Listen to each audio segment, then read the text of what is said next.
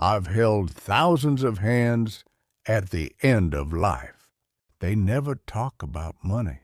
They never talk about success. They all whisper the same regret. And no one warned them in time. My name is Eleanor Whitman. I am 86 years old, and I was a nurse for over 50 years. I didn't work in fancy hospitals with marble floors. I worked in small rooms that smelled like antiseptic and quiet fear. Hospice rooms, long-term care rooms, bedrooms where the lights were always dimmed because brightness felt rude when someone was saying goodbye. I was there at the end, again and again. People assume dying patients talk about heaven or God or forgiveness. Some do, but most don't. Most talk about life, or more accurately, the parts of life they never lived. I didn't notice the pattern at first. When you're young, you think every story is unique. It took decades before I realized I was hearing the same confession over and over, just wearing different faces. The biggest regret I see in dying patients is this. They lived the life they were told to live, not the life they wanted. I remember the first time it hit me hard. Her name was Margaret. She was 72. Breast cancer. She had a sharp mind and the kind of humor that sneaks up on you. One afternoon, she asked me to sit. That alone told me something was coming.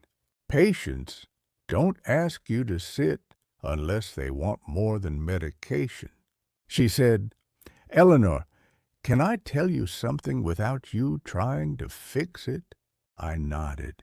She stared at the ceiling for a long time before speaking again. Then she said, "I was good my whole life. I did everything right. And I think that's the problem." Margaret had been a school teacher, married at 22, 2 children, church on Sundays, dinner at 6. She never missed a mortgage payment, never cheated, never rebelled. "Everyone is going to say I had a good life at my funeral," she said, "but no one will know how small it felt." I asked her what she meant. She turned her head toward me and said something I will never forget. "I was always waiting for permission." That sentence followed me home that night. It followed me into other rooms, other patients, other endings. There was Daniel, a factory worker in his 60s. Tough man, hands like stone. He waited until his wife left the room to speak freely. "I wanted to be a painter," he whispered, embarrassed. I was good, too. Teachers told me, but my dad said painting was for people who didn't want to work. He laughed softly, then his voice broke. "I worked my whole life, and I never painted a damn thing." There was Ruth, 89, who spent her final days apologizing, not for things she did, but for things she didn't do. "I should have left," she told me one morning. "He wasn't cruel, just cold, and I thought that was better than being alone." She squeezed my hand and said, "Being lonely in a marriage is the loneliest thing there is." Over time, I started listening differently. Not just as a nurse, but as a witness. Patterns became impossible to ignore. People didn't regret working hard. They regretted working numb. They didn't regret loving others. They regretted not loving themselves enough to speak up. They didn't regret mistakes. They regretted silence. So many of them talked about the moment they knew, the moment their life split into two paths, and they chose the safer one, the quieter one, the one that pleased everyone else, and they thought they'd come back to the other path later. Later is a lie people believe when they think time is endless. I learned that the hard way, too, because while I was listening to all these regrets, I was collecting my own. Nursing is a noble job, yes, but it can also be a hiding place. You spend your life caring for others, so you don't have to ask hard questions about yourself. I told myself I was needed, that I didn't have time, that there would be space for me someday. Then one night, after a particularly long shift, I sat in my car and cried until my chest hurt, not because of a patient, because of me. I realized I was 64 years old and living on autopilot. The dying had been warning me for decades, and I had nodded politely and gone right back to ignoring the message. That's another regret I see all the time. They knew, but they didn't act. People think regret comes from bad choices. Most of the time, it comes from postponed courage.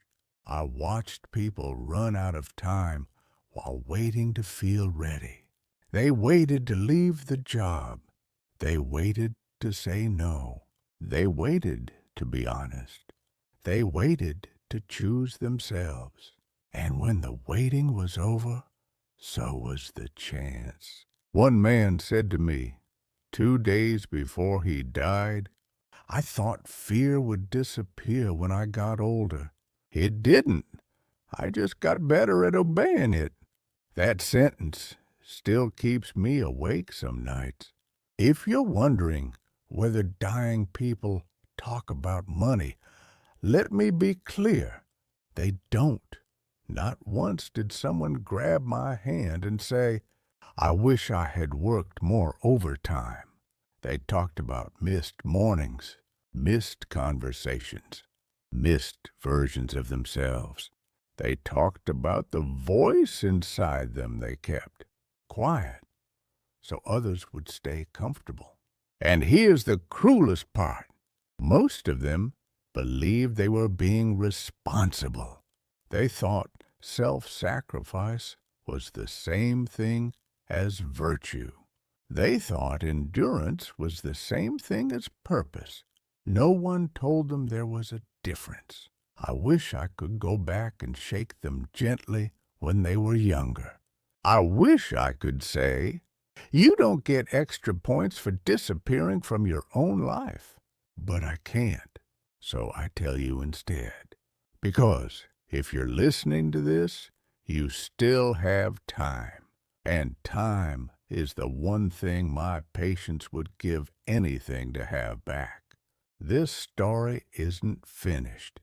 There's more they told me, and there's one regret that comes up more than all the others combined. The regret that comes up more than all the others is this. They didn't say what needed to be said while the person was still alive. I can't count how many times I heard some version of, "I thought there would be more time." There almost never is.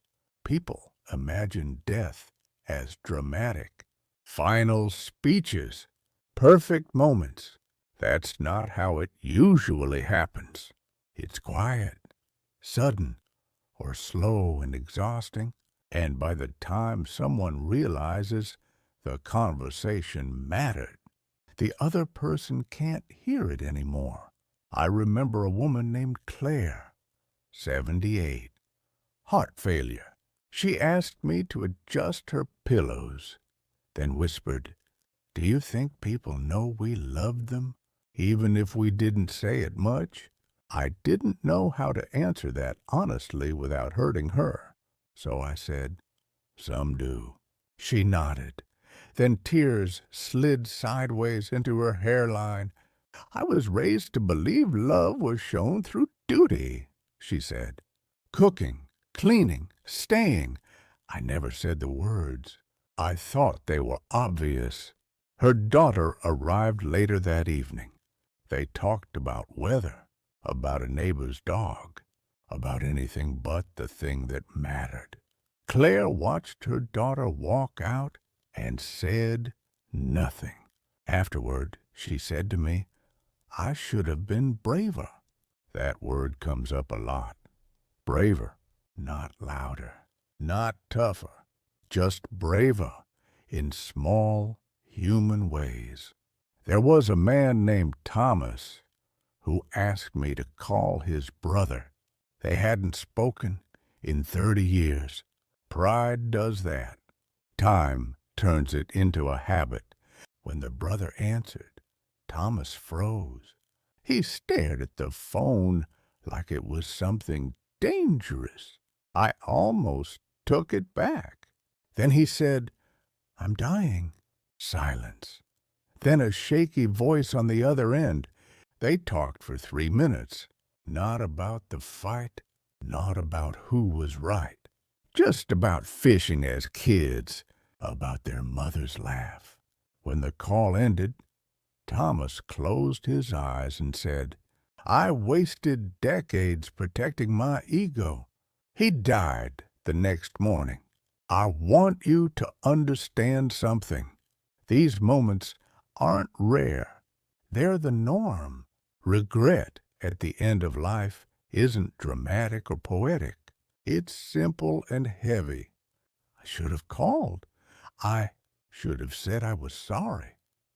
I should have said I loved you. I should have lived like I mattered too. As a nurse, I was trained to monitor vitals. Blood pressure, oxygen, pain levels. But no one trains you for the emotional weight of watching people realize the truth too late. Eventually, I started asking patients one question when I sensed they were ready. What do you wish you had done differently? The answers rarely surprised me, but they always hurt. And then something changed. I started asking myself the same question. I was still working, still busy, still telling myself I'd slow down soon, but I couldn't unhear what I'd heard. So I did something that scared me. I retired earlier than planned. People told me I was crazy, that I was throwing away stability, identity, purpose. But here's what no one tells you. Sometimes stability is just fear wearing a nicer outfit. I moved into a smaller home. I woke up without an alarm. I sat with my coffee and listened to my own thoughts for the first time in years. And I started saying things out loud. I told my sister I resented her, gently, honestly. It didn't destroy us. It freed us. I told my grown children when I was proud of them instead of assuming they knew. I told man I loved him, even though it led nowhere. And you know what? I don't regret it. Not seeing where it went would have been worse. Here's the truth I learned from the dying. Regret doesn't come from failure. It comes from avoidance, avoiding hard conversations, avoiding uncomfortable choices, avoiding the risk of being seen. At the end of life, people don't wish they had been safer. They wish they had been more honest about what they wanted, more honest about what hurt, more honest about who they were. If you take anything from my years beside hospital beds, let it be this. Say the thing. Make the call. Choose yourself without waiting for permission. You don't need to blow up your life. You don't need to be reckless. You just need to stop betraying yourself in small, daily ways. The people I cared for taught me that life is not measured in years, but in courage. And courage doesn't mean being fearless. It means acting while fear is still there. I am 86 now. I don't have all the time in the world, but I have enough. Enough to speak, enough to love clearly, enough to live awake. And if one day someone holds my hand at the end, I hope I won't whisper regret. I hope I'll whisper, I told the truth while I could.